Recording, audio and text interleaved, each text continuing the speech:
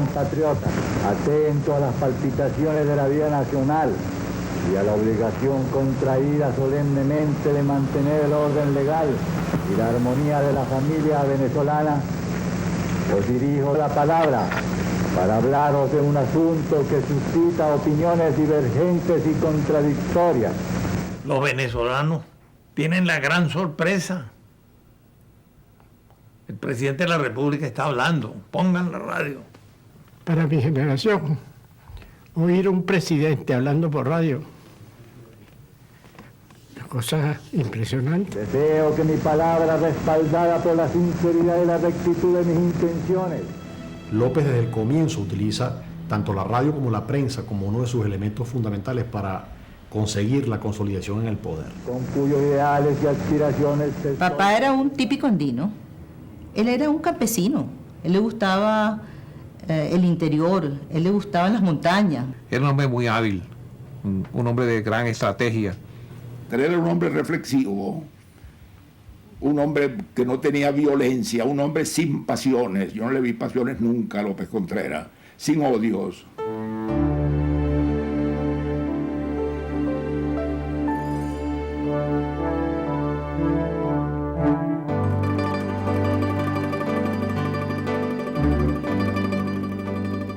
A finales del siglo XIX, en la cordillera tachirense, los campesinos recolectan el café, ese fruto que le da el aroma tan particular a sus montañas.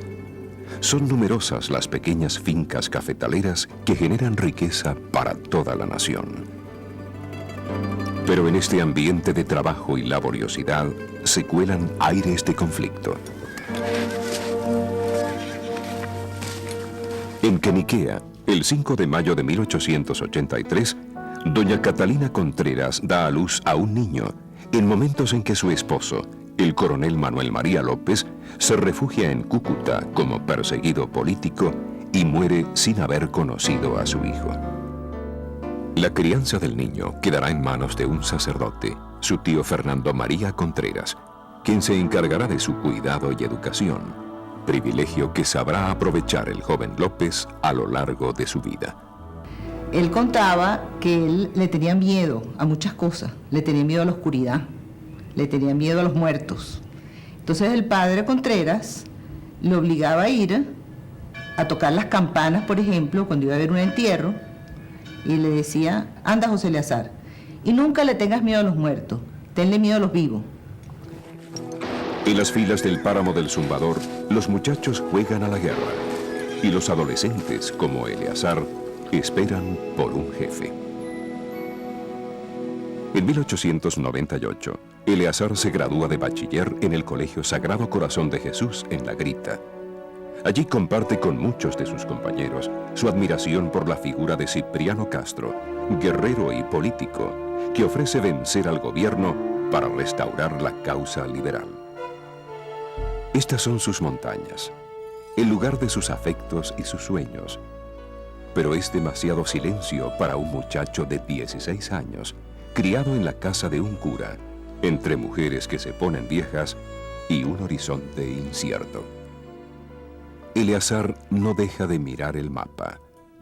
Qué lejos está Caracas. Ahora el general Castro está a caballo y se dirige al mismo lugar a donde él quiere ir. Al empezar son apenas 60 hombres y un jefe. ¿Hay puesto para mí?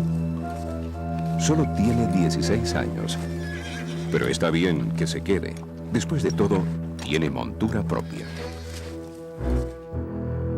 Luego de 5 meses de campaña, en septiembre de 1899, el general Castro vence al gobierno de Ignacio Andrade en la batalla de Tocuyito.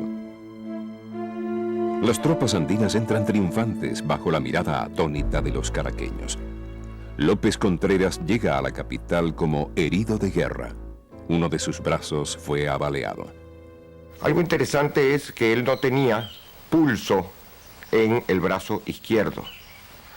Y cada vez que yo le iba a tomar la atención en ese lado, me decía: acuérdese que ese es el brazo del tiro. Recuperado de su herida, López Contreras vuelve a las filas del ejército, pero solo por poco tiempo. Primero como edecán del presidente Castro y luego como ayudante del general Diego Bautista Ferrer en la campaña contra la Revolución Libertadora del general Matos. Con los primeros años del siglo XX, el general Gómez va ganando cada vez más presencia en el ánimo de todos, mientras que el general Castro perdía el apoyo de las tropas y su liderazgo político. Castro, enfermo, se embarca rumbo a Europa y su compadre, Juan Vicente, es aclamado como el rehabilitador, el padre de una nueva era. López sabe que Juan Vicente lo cree castrista y que por eso lo mantendrá desempeñando diferentes cargos civiles en el interior del país. Es pasar agachado, como dice la gente. López demuestra que puede esperar con paciencia y pensar con cordura. Esta etapa de la vida de López es muy importante para él porque significó su formación de venezolano conocedor del mundo real nuestro. Un hombre que ha vivido en diferentes partes del país, que ha visto la realidad dura, que ha visto lo que significa el calor, las dificultades de comunicaciones, el polvo, los enfermos, los sanos, la gente cómo actúa, la gente cómo siembra, la gente cómo se porta, cómo se mueve. Eso no se puede aprender sino viéndolo.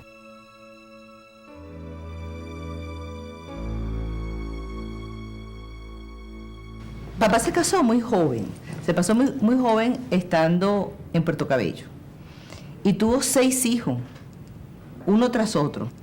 Después de muchísimos años de estar casado, terminó ese matrimonio y luego tuvo un segundo matrimonio que duró muy poco, del cual no nacieron hijos.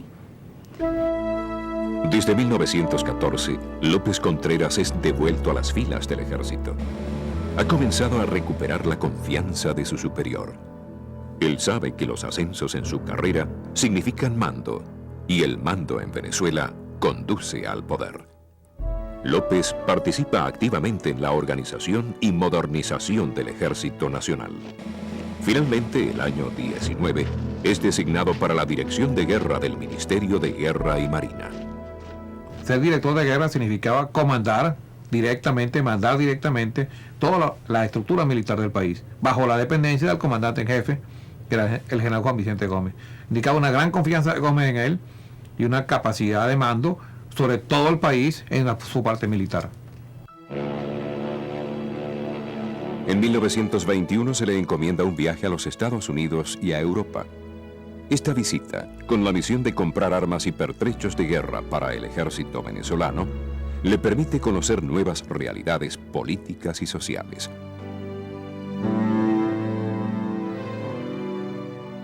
En 1923 es ascendido a general y se le confía el mando de la guarnición de Caracas.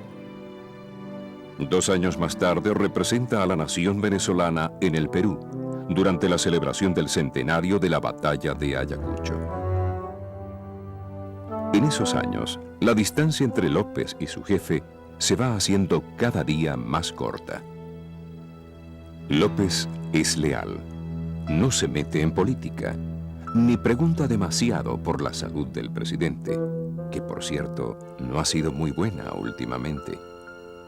Le gusta presentarse como un militar institucionalista y evita definirse por alguno de los clanes gomecistas que se preparan para una eventual sucesión de el benemérito. En febrero de 1928, por primera vez en más de 20 años, la acción política se propagó a las calles. Son los estudiantes que aprovechan la celebración del carnaval y la coronación de su reina para introducir tópicos prohibidos. Y el nombre de esa novia se me parece a ti. Se llama Libertad. Pero la reacción contra el gobierno gomecista trasciende a los cuarteles. El 6 de abril, López se entera de que hay una conspiración en marcha. El cuartel San Carlos va a ser atacado por grupos de estudiantes y militares. En su carácter de jefe de la guarnición de Caracas, López Contreras se presenta y domina la insurrección después de un breve enfrentamiento. Son momentos de graves decisiones personales. Su hijo, Eleazar López Volkmark, cadete de la escuela militar, está preso, como muchos otros, por haber participado en la revuelta. El parte de López Contreras, presidente Gómez están detenidos. Aquí está mi hijo. Está en la rotunda. Y tengo entendido que nunca habló sobre su hijo con el presidente Gómez. Todos los ojos están fijos en él. ¿Qué vale más? ¿La devoción al hijo o la lealtad al jefe? Transcurren meses difíciles para López. Definitivamente, su hijo permanecerá en prisión. En 1929, López Contreras es nombrado comandante de la guarnición del Táchira. Él acude al cumplimiento del deber sin saber si el jefe lo destierra o lo protege. Alejado de la capital, dedica una buena parte de su tiempo a investigar y escribir sobre historia militar. De nuevo Gómez lo llama, ahora para organizar la parada militar en conmemoración del centenario de la muerte del Libertador. Así, vuelve al centro del poder y se acerca nuevamente a su jefe. Durante los últimos años del gomecismo, López Contreras conoce a la señorita María Teresa Núñez, con quien se casa a los 51 años de edad. De este tercer matrimonio nacerán 2 hijas. En ese tiempo se vive una tensa calma frente a la incógnita: ¿quién será el heredero del poder? En 1931, Gómez modifica la Constitución y nombra un nuevo gabinete, en el cual figura el general López Contreras como ministro de Guerra y Marina. La reforma constitucional indica que a la falta absoluta del presidente, el suplente será un ministro designado por los otros ministros.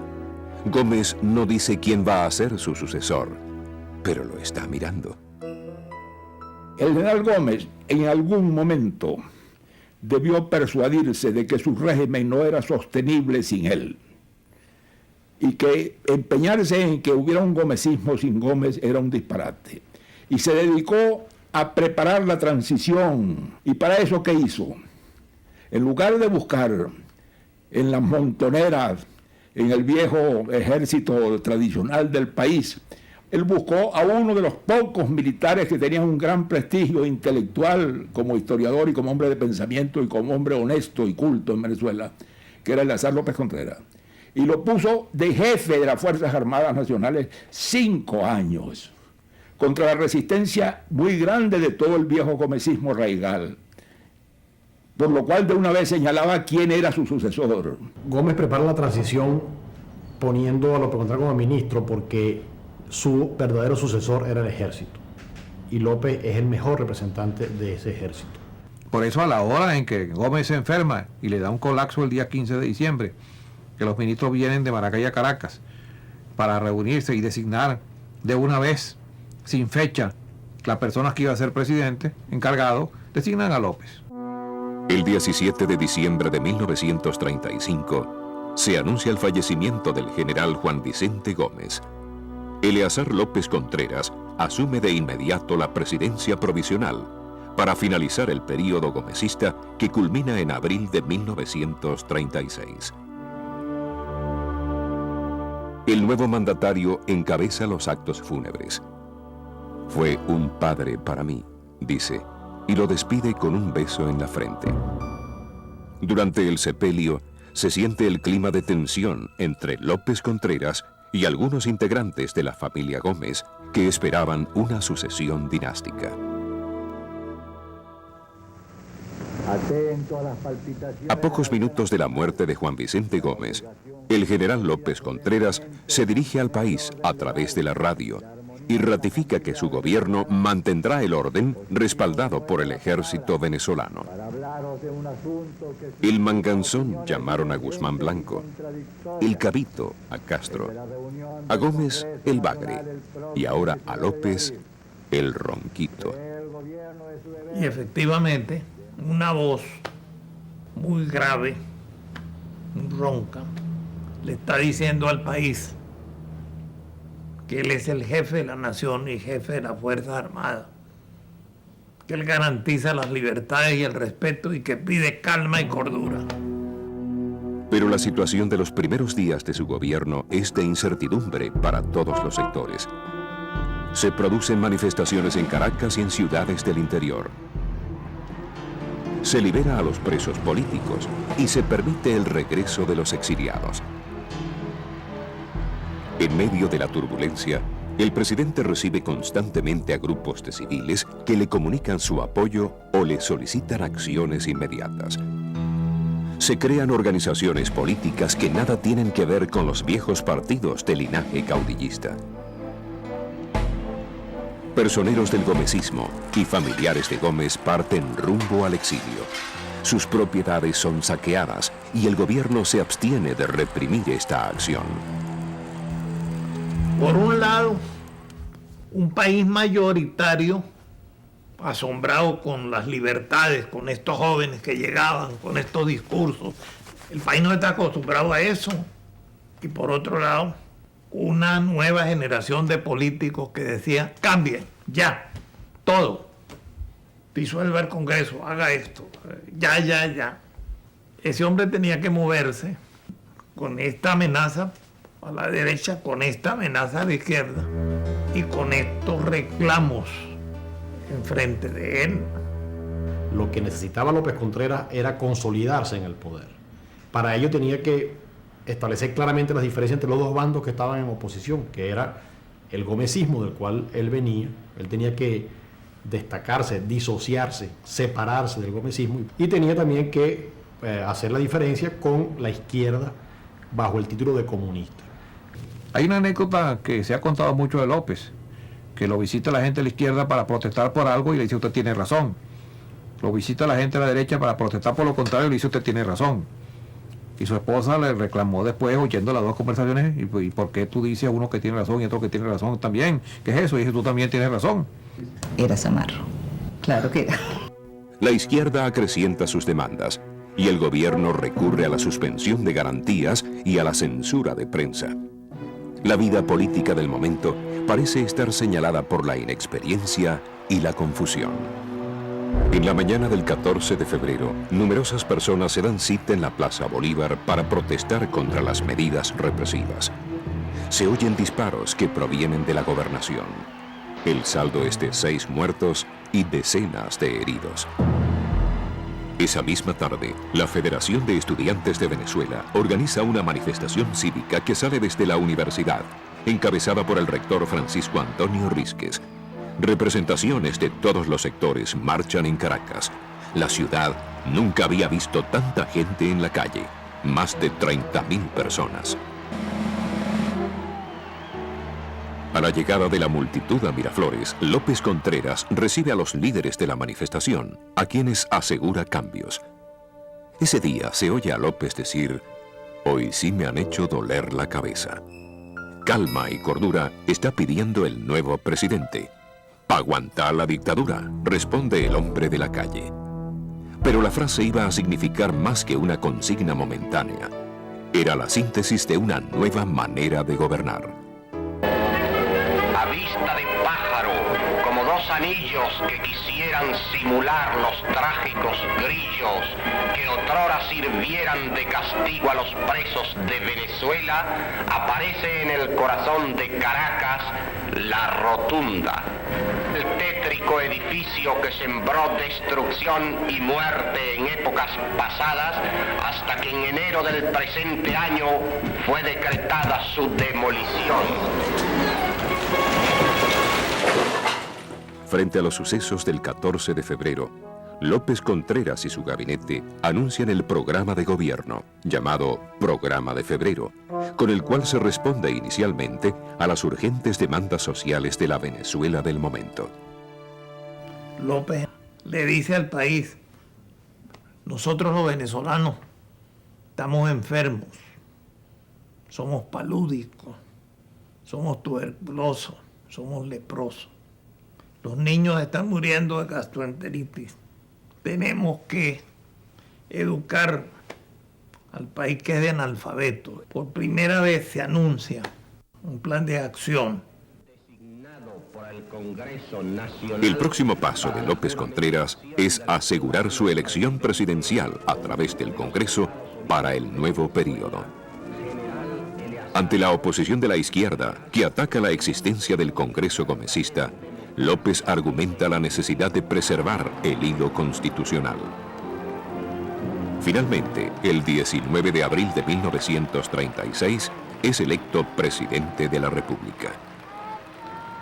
Después de prestar el juramento de ley, el ciudadano presidente se dirige al Palacio de Miraflores en medio de la sincera manifestación del pueblo.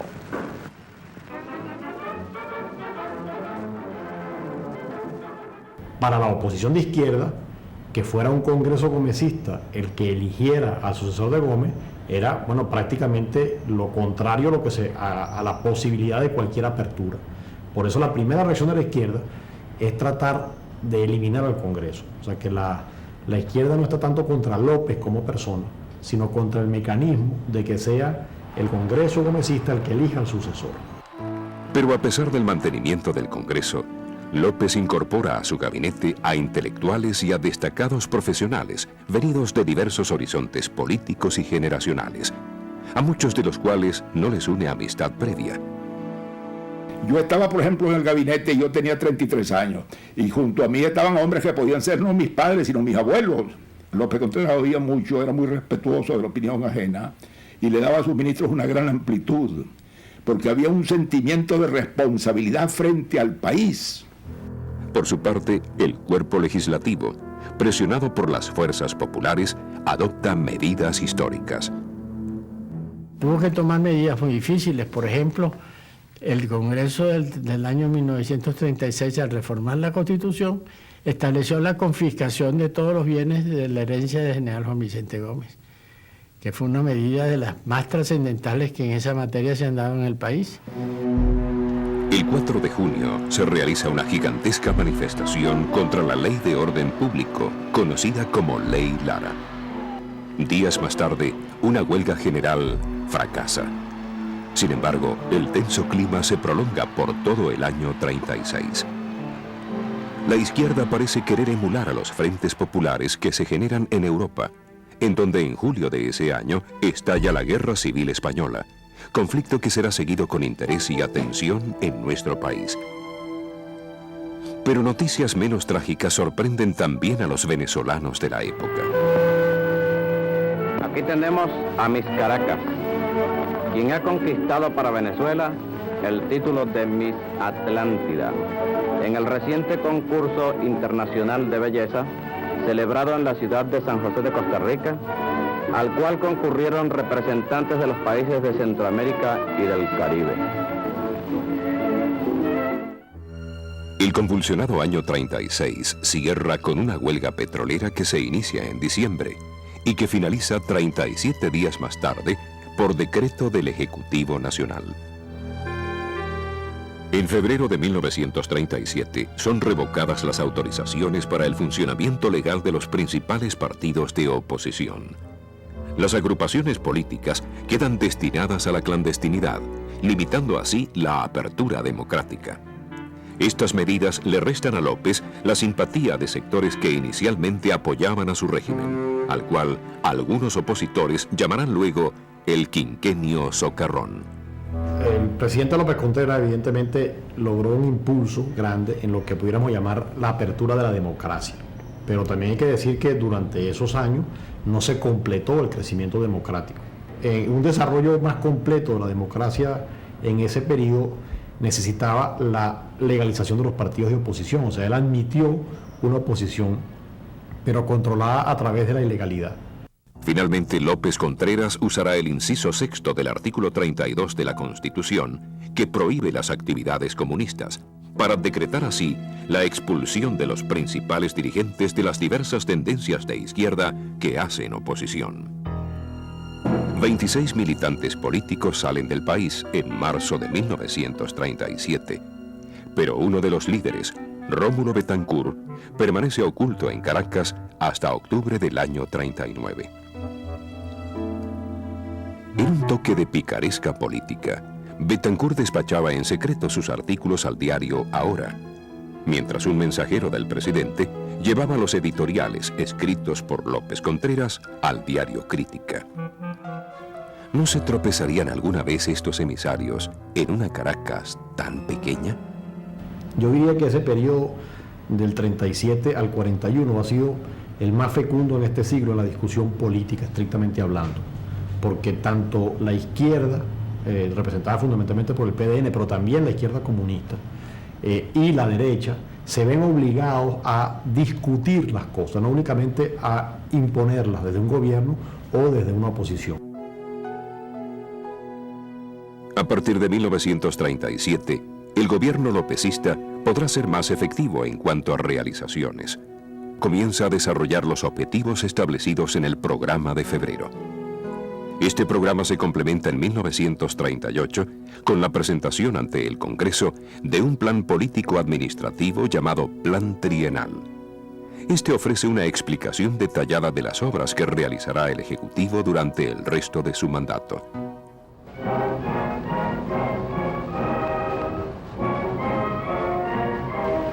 Nuevos muelles de Puerto Cabello. Este, sin duda alguna, es el trabajo de mayor importancia del Ministerio de Obras Públicas. El Plan de Obras Públicas, que permite emplear a un gran contingente de trabajadores, busca satisfacer la demanda de infraestructura que visiblemente el país requiere. Puentes, donde quiera hacen falta puentes.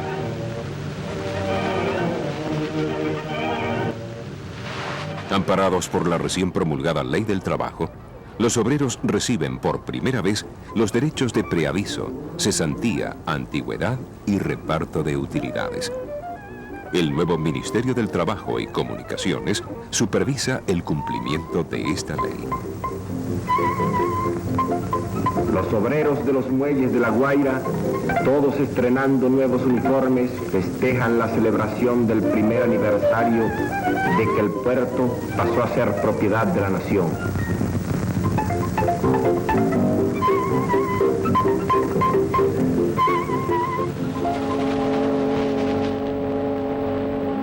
Hace pocos días arribaron a Venezuela 25 familias de inmigrantes. Son familias de agricultores, procedentes de las Islas Canarias. Gente fuerte, trabajadora, económica y de buenas costumbres. Es este el primer paso que da el gobierno en el sentido de poner en práctica la parte del programa que se refiere a inmigración y colonización para poblar sus territorios desiertos e incorporarlos a la vida nacional.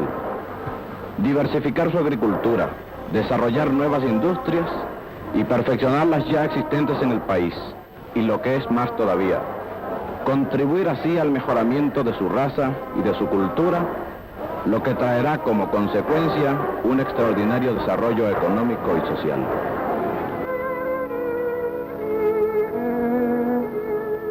Aunque el petróleo es ya la fuente principal de divisas, el país es mayoritariamente rural. El gobierno da apoyo firme a la agricultura y la ganadería. Pero el problema es evidente. Venezuela tiene una moneda fuerte y es un país lleno de latifundios, variables que develan a un sector agrícola poco competitivo.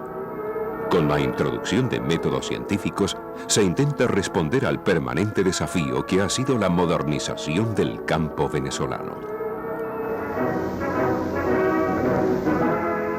La anquilostomiasis, la sífilis, el paludismo, la tripanosomiasis, la tuberculosis, son algunos de los flagelos de la época que se combaten con planes nunca antes vistos en el país. Es el inicio de una política de higiene pública que se planifica desde un nuevo ministerio, el de Sanidad y Asistencia Social. Otra naciente institución, el Consejo Venezolano del Niño, apoya estos planes sanitarios, dando especial énfasis a la protección materno-infantil.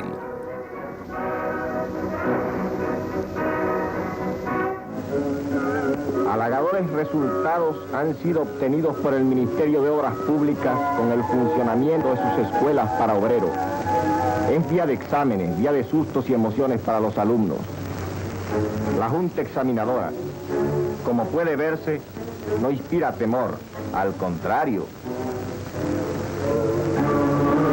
empezaron los dolores de cabeza.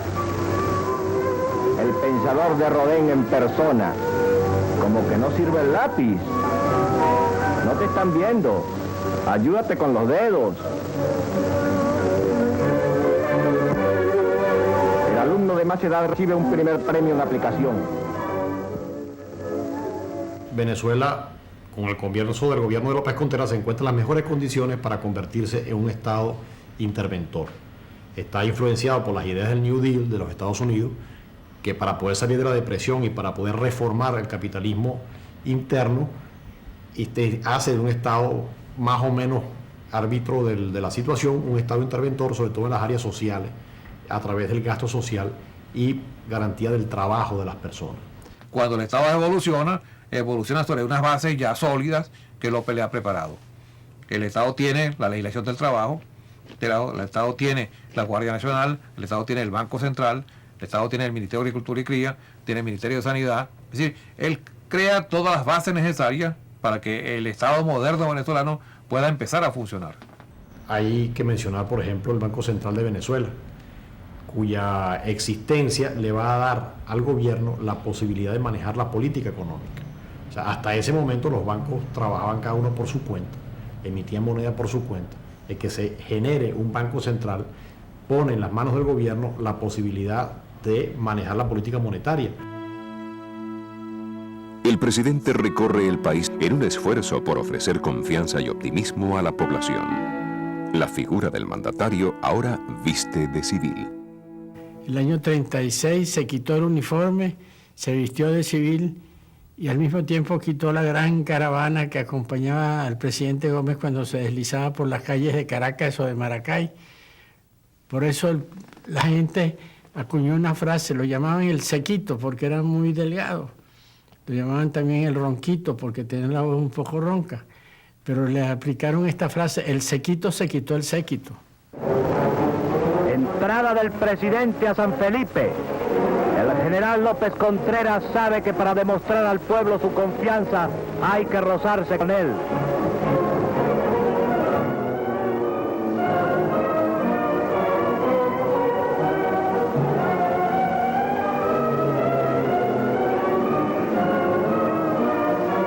El presidente pasa frente a esta plaza aclamado por millares de ciudadanos.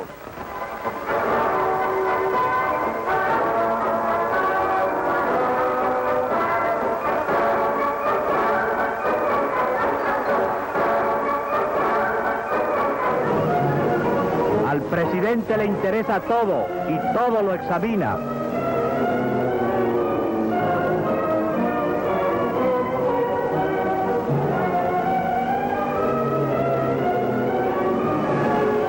Hacia Barquisimeto.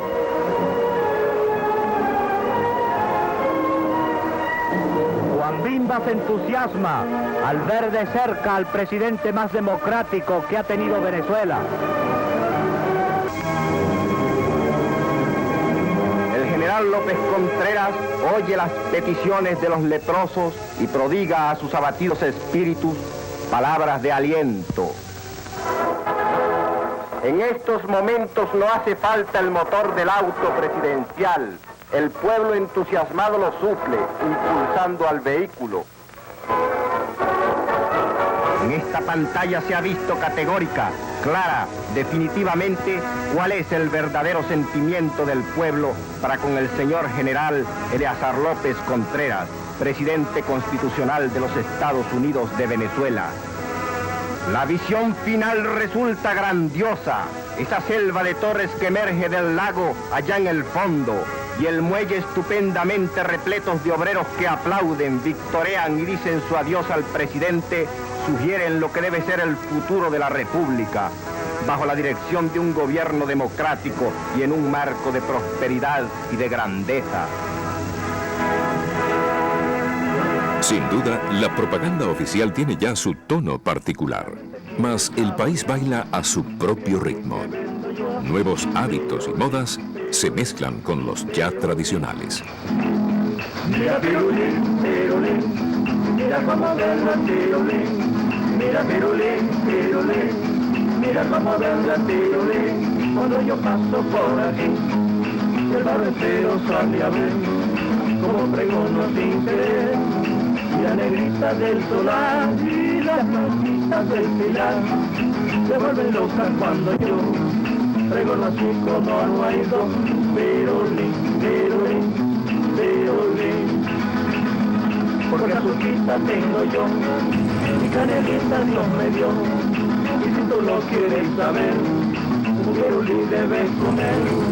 Lo vi cuando son las 12, cuando son la madrugada, la gente quiere saborear el pirulín que vendo yo. Pirulín, pirulín, pirulín, mira pirulín, pirulín, mira cómo vende el pirulín, mira pirulín, pirulín, mira cómo vende el pirulín, y las negritas del solar y las blanquitas del pilar se vuelven locas cuando yo pregono así como no hay dos. Pirulín, pirulín, pirulín. En su última gira, López Contreras llega hasta el Puente Internacional de San Antonio del Táchira. Allí se reúne con el presidente de Colombia, Eduardo Santos, para llevar a cabo la firma del tratado limítrofe entre ambas naciones. El tratado dio lugar a enconadas polémicas hasta que fue ratificado en julio de 1941 por el Congreso Nacional. Lamento que haya habido precipitación en el general López Contreras y en el doctor Gil Borges, su canciller, en la firma del Tratado de Límites del 5 de abril de 1941 y precipitación en el gobierno del general Medina de ratificarlo y canjearlo cuando habíamos planteado un debate histórico en el seno de las cámaras legislativas. Hubo allí una serie de circunstancias pues que indudablemente, vistas a la distancia, disminuyeron las posibilidades de Venezuela de plantearle a Colombia algunas rectificaciones en la política bilateral que se había venido siguiendo. Pero indudablemente que lo hizo con el deseo pues de lograr una paz definitiva entre los dos países hermanos. Lo que yo admiro y valoro mucho en López es la valentía histórica de decir: yo firmé ese tratado y asumo su responsabilidad. Ya está por finalizar el periodo, y durante este tiempo, López Contreras ha logrado imprimir a su calendario de trabajo un toque de originalidad, creando así un modelo de agenda presidencial.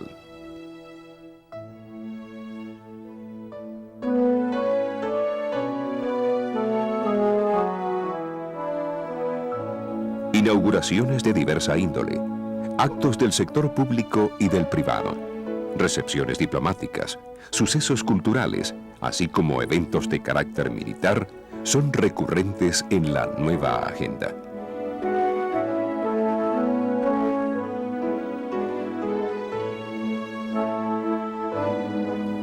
El 24 de julio, fecha de nacimiento del Libertador, ha sido decretado sorpresivamente como Día del Obrero. A la Plaza Bolívar y al Panteón acude el presidente, quien encabeza la conmemoración. En estos actos se evidencia la ideología bolivariana con la cual López Contreras ha querido identificar a su régimen, posición que no dejó de generarle críticas a lo largo de su periodo.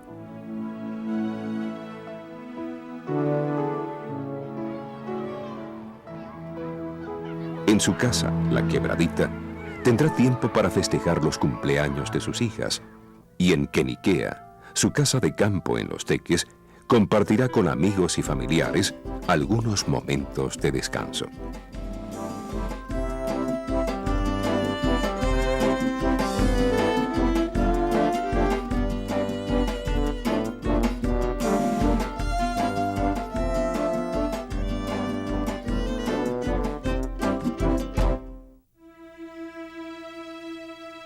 La reforma constitucional del año 36 había reducido el periodo gubernamental de 7 a 5 años.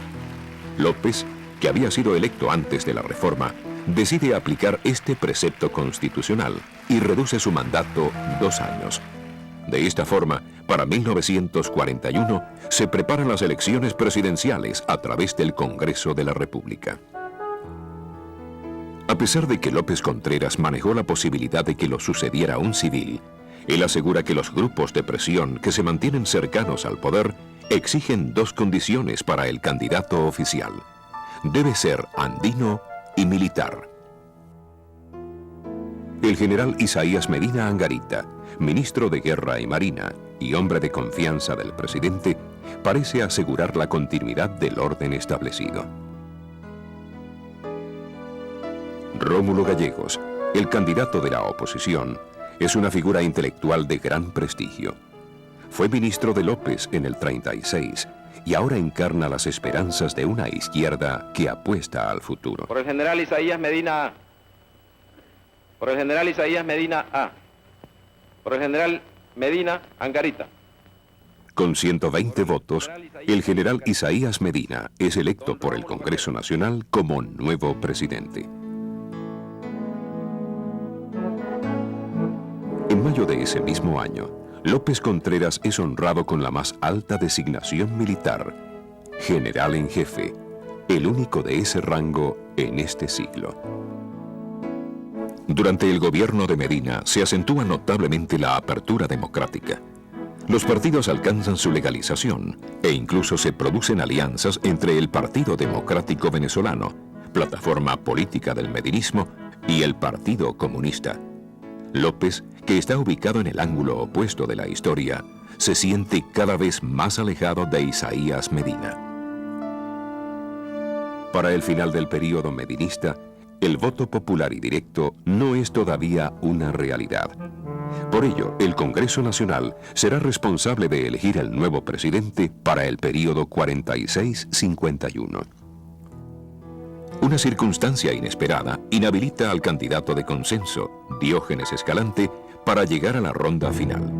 Así, el potencial acuerdo entre Acción Democrática y el medinismo se desvanece. López Contreras aparece entonces como candidato de la derecha a la presidencia, con apoyo de las cívicas bolivarianas, y hace caso omiso a la candidatura de Ángel Biagini, a quien apoya ahora el gobierno medinista. Esta coyuntura torna crítico el cuadro político del momento. Él no pudo, quizás hasta contra sus propios principios, no pudo desechar esa promoción de candidatura, porque fue un gran grupo de sus amigos, ¿no?, que formaban el sistema que él creó en 1936. En López había un deseo que se presenta humanamente en quien ha ejercido un cargo y no se siente satisfecho de lo que ha hecho, que es buscar alguna forma de terminarlo. Yo fui a hablar con él y le dije, esta situación es grave, general. Usted tiene que ponerse de acuerdo con el general Medina. Pónganse de acuerdo para encontrar un hombre que sea mutuamente aceptable para ustedes y para candidatearlo a la presidencia de la República. Él me oyó con mucha sorpresa y me dijo, muchas gracias, Arturo, eso es importante. Desgraciadamente ya las cosas han andado mucho y es muy difícil. Las aspiraciones de volver al poder del general López Contreras no se harán efectivas. El golpe del 18 de octubre de 1945, encabezado por jóvenes militares y dirigentes de Acción Democrática, corta en dos el proceso constitucional y de apertura democrática que se había robustecido entre 1936 y 1945. A López y Medina les corresponde ahora tomar ese camino de ida y vuelta que es el exilio político en Venezuela. Desde el exterior, López Contreras replica con claridad y contundencia al juicio por peculado que se esgrime contra su persona. Considera, con razones, que se trata de una arbitrariedad y una afrenta. Sí le dolió muchísimo algo que fue el juicio de peculado. Él sabía que los políticos pueden estar presos, pueden ser exiliados, eso lo consideraba el normal. Él era muy tolerante, las personas podían pensar de una forma completamente diferente a él. Pero él lo marcó muchísimo que lo hubieran acusado de ladrón. Él decía, yo no me quejo de lo que el caballero de Tancur me hizo. ¿De qué genera? No, esto de la expulsión. de los juicios, de la cárcel, de haberme mandado a mí en un día a Miraflores, porque completó mi figura de político. Yo había sido todo, pero yo no había sido preso. Yo no había sido expulsado. A mí no me habían enjuiciado. Y político que en Venezuela no está preso, no está expulsado, no lo enjuician, no es político, será empleo público. La conspiración de venezolanos exiliados en el exterior contra la Junta Revolucionaria de Gobierno urde proyectos inacabados que se desenvuelven a prudente distancia de Caracas. En 1946, estando ya el general López en el exilio, yo para ese entonces estaba en el liceo, y recuerdo perfectamente que, dadas las circunstancias de que el general López parecía que estaba metido en conspiraciones, cada 2 o 3 semanas se empezaba el cuchicheo de decir: compren comida, que el general viene por Colombia, que el general desembarca, que el general está alzado. Rómulo Gallegos es electo presidente por votación universal, directa y secreta en diciembre de 1947. Pero su presidencia será fugaz. Los sueños de una democracia estable y unas instituciones fuertes y perdurables obtienen un despertar abrupto. El 24 de noviembre de 1948, un golpe comandado ahora solo por militares derroca al gobierno constitucional. Es la ilegalidad y la fuerza lo que parece asentarse definitivamente, y lo hará por espacio de un decenio.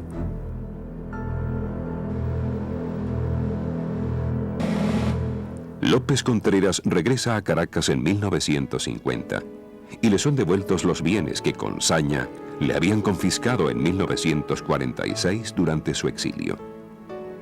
Luego de su regreso, López no participa directamente en política. Vivirá como un ciudadano común y se mantendrá en la reserva de su familia. Su refugio, las charlas con sus amigos, la lectura y la escritura de temas históricos y militares. En otra brusca sacudida de la historia, las esperanzas retornan como nuevas y el pueblo sale a recibirlas en las calles. Caracas en 1961. Despertar de una nueva era democrática. Por mandato de la nueva Constitución, los expresidentes don Rómulo Gallegos y el general Eleazar López Contreras son nombrados senadores vitalicios. Esta designación corresponde solo a los expresidentes electos por voto universal, pero con López Contreras se hace una excepción que reconoce su integridad política. Es la hora de los reconocimientos y los homenajes. La generación que lo combatió duramente y que ahora lideriza el país se acerca a él con la visión comprensiva que solo el transcurrir del tiempo otorga. La réplica de la espada del Libertador, donada al general López Contreras por el presidente de la República, Rómulo Betancourt, es una mano tendida a través de casi 30 años de aprendizaje político. Al aceptar estos homenajes de sus antiguos adversarios, López Contreras da una nueva lección política, pues con ello contribuye a reafirmar al naciente sistema democrático. Pero ya no es tiempo de oportunidades para un hombre cargado de historia. Allá afuera todo es nuevo, y acaso algo más estridente de lo que hubiera querido para él.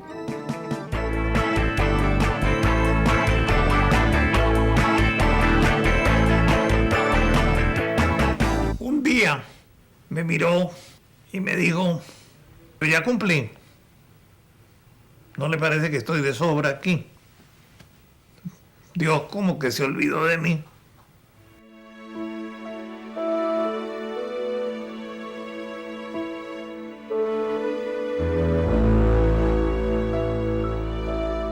Había salido para Caracas a caballo hace más de 70 años en plena adolescencia.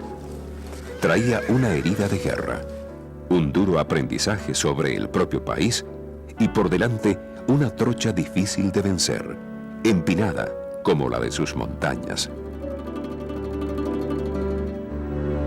Cuando le correspondió llegar aquí, el pueblo decía todavía el que manda para señalar al presidente. Pero ¿quién era en realidad el nuevo ocupante de la silla? ¿Era un general que otra vez representaba la tradición militar autoritaria? ¿O era el poder mismo vestido de civil por primera vez en mucho tiempo?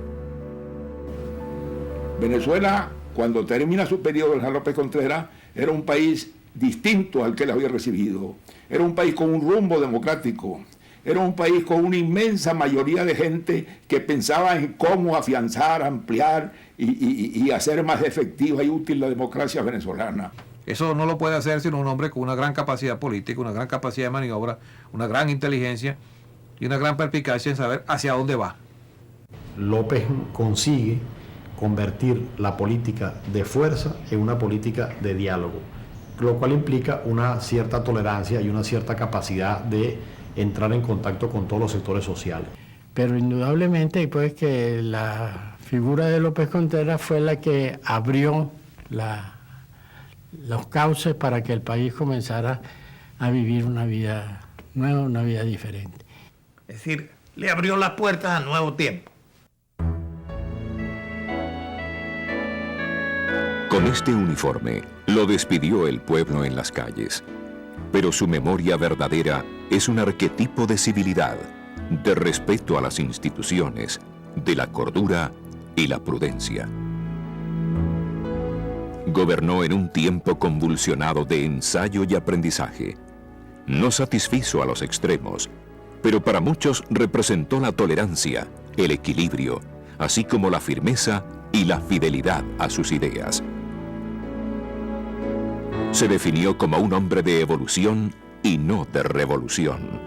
Supo esperar para obtener el logro justo de sus ambiciones. Y su adiós se colmó con el afecto y respeto de todo un pueblo.